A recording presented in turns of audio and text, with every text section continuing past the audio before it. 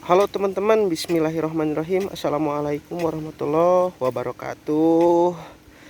Saya ucapkan semoga kita selalu ada dalam kesehatan, kelancaran dalam segala aktivitas, apapun aktivitasnya itu. Seperti saya, pagi ini bertepatan dengan tanggal 16 Oktober. Kita menanam kentang, proses menanam kentang. Seperti yang saya katakan, sudah lama saya tidak menanam kentang. Nah, kali ini kita akan berbudidaya kentang. Ini namanya sistem luju atau ngasek. Gunanya untuk memberi tanda di mana si bibit kentang itu akan ditanam.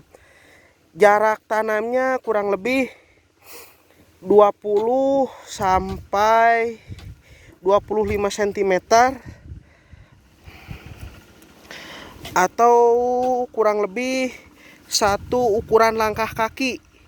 Nah, dari lubang pertama ke lubang kedua sampai seterusnya. Adapun diameternya saya kasih setengah meter atau 50 cm lah, kurang lebih seperti itu. Nah, jadi seperti ini nih. Nah, ini hanya sebagai penanda saja. Jadi patokannya seperti ini. Dari ujung pangkal kaki belakang ke ujung pangkal kaki depan. 1, 2, 3. Nah, semacam itulah, kurang lebih seperti itu. Nah, adapun cara dan teori itu bebas. Banyak sekali teori tentang berbudidaya kentang. Salah satunya seperti ini, ala simple farm. Lebih sederhana. Terkait tentang kondisi tanah yang kering, harusnya kita siram dulu selama beberapa hari, beberapa kali. Tapi kan kalau kita nunggu ideal, itu sama juga bohong. Setelah proses pelobangan atau luju atau apapun namanya itu, langsung dilanjutkan ke proses penanaman. Adapun kentang yang saya tanam jenisnya granola L. Nah, seperti ini. Sambil ditanam jangan lupa dicek kembali keadaan atau kualitas si kentang yang akan kita tanam. Nah, jaraknya 20 sampai 25 cm.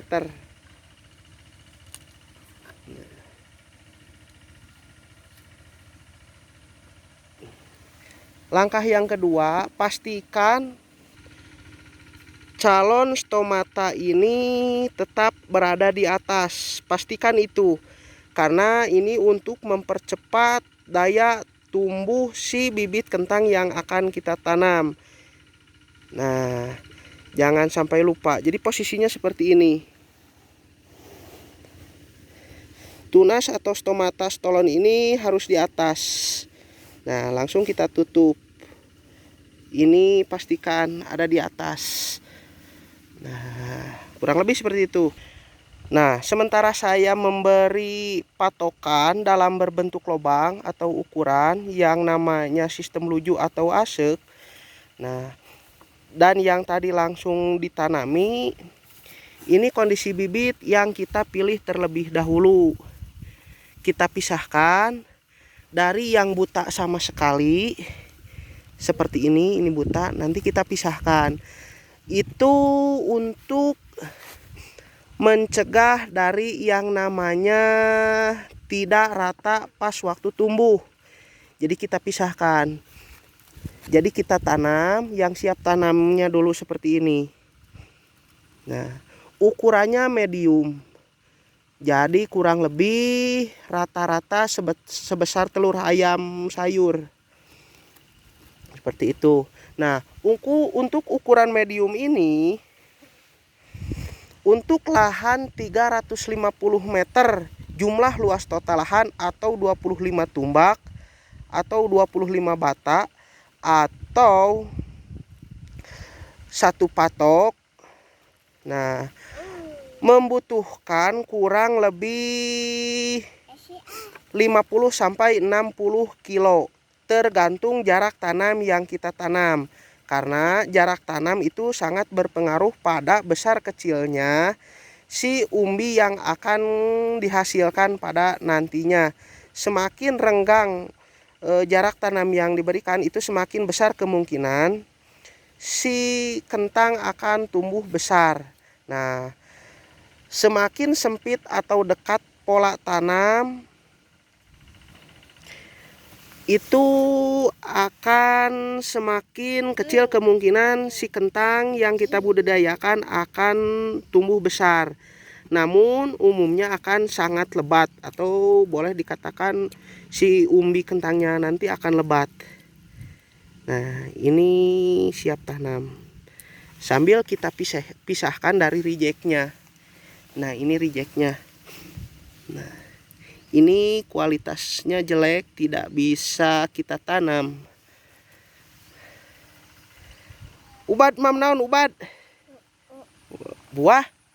Amis teh? Mantapnya nya. Ih, pintar. Ini adalah anak yang ada di logo Simple Farm dulunya, sebelum saya ganti dengan foto profil saya sendiri. Nah, alhamdulillah datang bala bantuan. Nah, kurang lebih prosesnya seperti ini. Tahap yang pertama tadi, ini namanya proses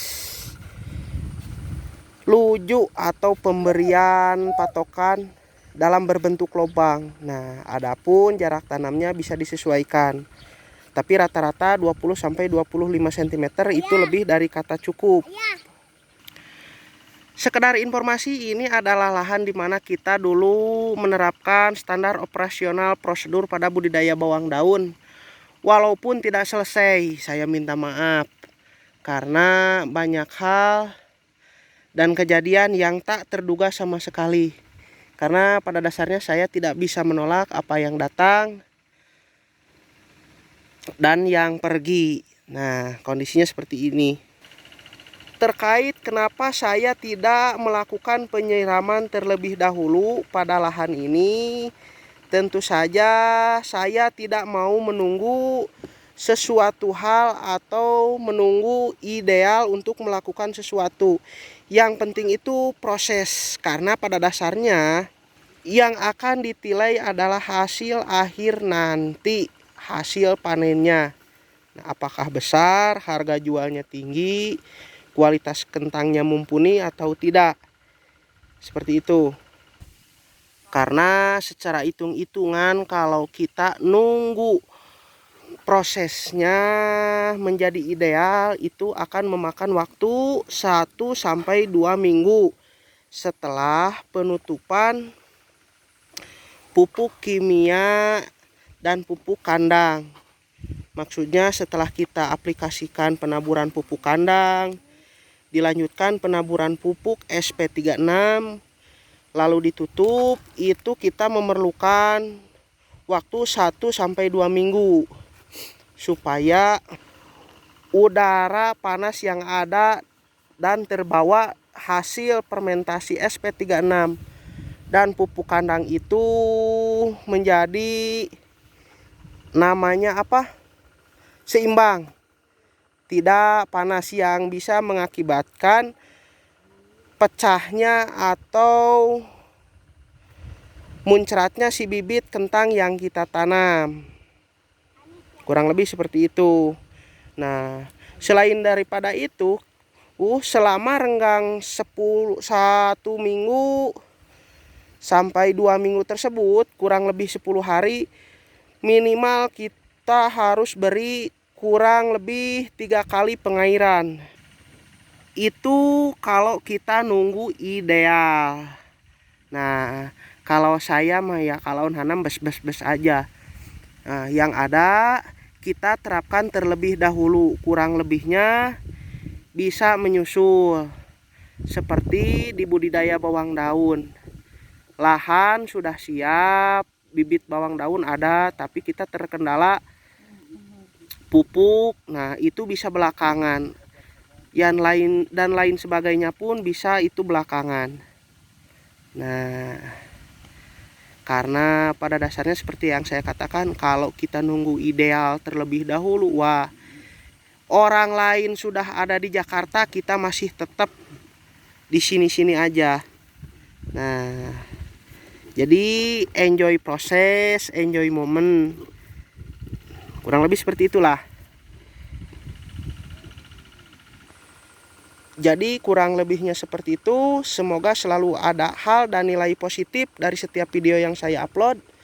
Jangan lupa like jika kalian suka video ini dan dislike jika kalian tidak suka. Saya mau lanjut bekerja. Sampai jumpa di lain waktu dan lain video.